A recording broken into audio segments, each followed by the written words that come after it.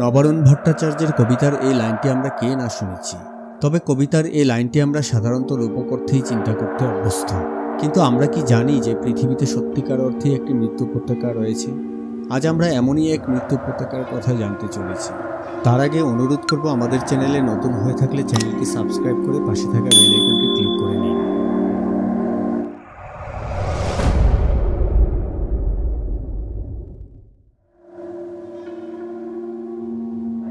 Death valley বা মৃত্যু উপত্যকা নাম শুনেই বোঝা যাচ্ছে স্থানটি কতটা ভয়ঙ্কর। আর এমনই ভয়ঙ্কর স্থানেও রয়েছে মানুষের বসবাস। উত্তর আমেরিকার সবচেয়ে নিচু এলাকা হিসেবে পরিচিত এই ডেথ ভ্যালি ক্যালিফোর্নিয়া এবং নেভাদা সীমান্তে অবস্থিত। এটি বিশ্বের অন্যতম উষ্ণ স্থান হিসেবে পরিচিত। মূলত এই ডেথ ভ্যালিটি হল পূর্ব ক্যালিফোর্নিয়ার একটি মরুভূমি উপত্যকা। ক্যালিফোর্নিয়ার এই মরুভূমিটি মধ্যপ্রাচ্যের মরুভূমিগুলোর চেয়েও অধিক উষ্ণ। 2020 সালের আগস্টে এখানকার সর্বোচ্চ তাপমাত্রা রেকর্ড করা হয় 130 ডিগ্রি ফারেনহাইট। এটি 1913 সালের পর রেকর্ড করা পৃথিবীর সর্বোচ্চ তাপমাত্রা। এর আগে ডেথ ভ্যালির সর্বোচ্চ তাপমাত্রা রেকর্ড করা হয়েছিল 134 ডিগ্রি ফারেনহাইট, যা পৃথিবীর সর্বোচ্চ তাপমাত্রা হিসেবে গিনেস বুক অফ রেকর্ডসে অন্তর্ভুক্ত করা হয়।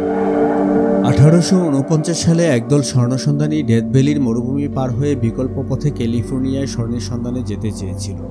পথে ডায়রিয়ায় আক্রান্ত হয়ে এদের একজন সহযাত্রীর মৃত্যু হয় এবং বাকিরাও মৃত্যুমুখে পতিত হন।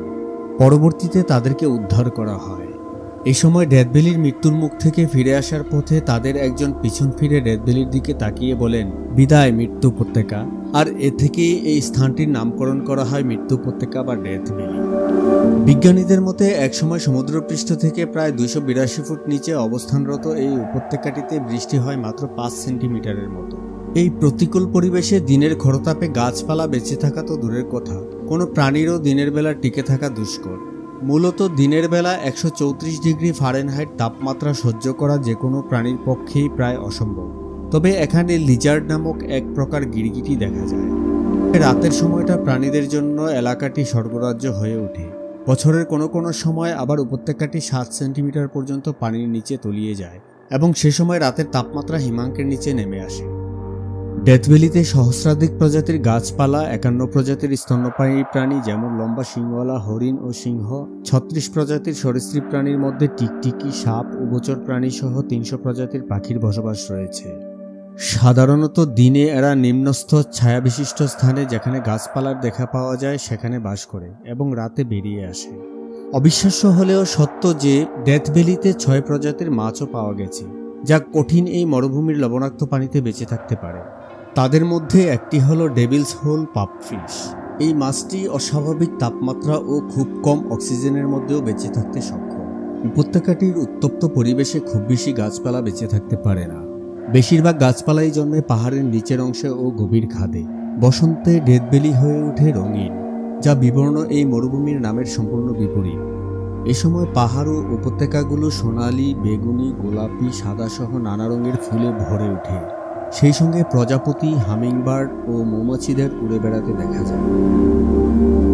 ডেথ ভ্যালির অন্যতম বিস্ময় হল স্লাইডিং স্টোন বা চলমান পাথর।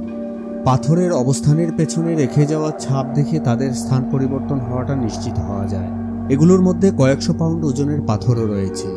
1915 সালে এই বিষয়টি প্রথম লক্ষ্য করেন নেভাডার পর্যবেক্ষক জোসেফ ক্রোক। পরবর্তীতে অনেকেই বলেন যে তীব্র বাতাস, কাদামাটি, বরফ, তাপমাত্রার তারতম্যের কারণে পাথরগুলো স্থান পরিবর্তন করে। কিন্তু পরবর্তীতে দেখা যায় এসব পাথর কখনোই সরল পথে গমন করে না। কিছু পথ সরল পথে চললেও বাকিটুকু বাঁকানো পথে চলে। এমনও দেখা যায় দুটো পাথর একই সঙ্গে চলতে চলতে একসময় ঠিক বিপরীতভাবে দিক পরিবর্তন করে চলে যায়। এক একটা পাথর 2 থেকে 3 বছরে একবার করে পথ পরিবর্তন করে এবং প্রমাণস্বরূপ তাদের চলাচলের ছাপ রেখে যায়। বহু গবেষণার পর বিজ্ঞানীরা এই বলে মত প্রকাশ করেন যে উইন্ডোপেন বরফ দ্বারা এই অঞ্চলের ভূমি আচ্ছাদিত থাকে।